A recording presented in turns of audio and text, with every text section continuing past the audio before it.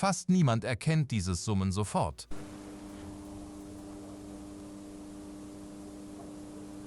A. Windkraftanlage. B. Hochspannungstransformator.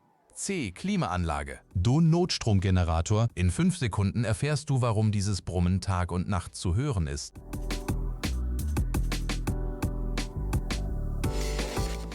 Richtig ist B. Das tiefe Brummen entsteht in einem Hochspannungstransformator, weil das wechselnde Magnetfeld den Metallkern ständig minimal in Schwingung versetzt. Welche Antwort hattest du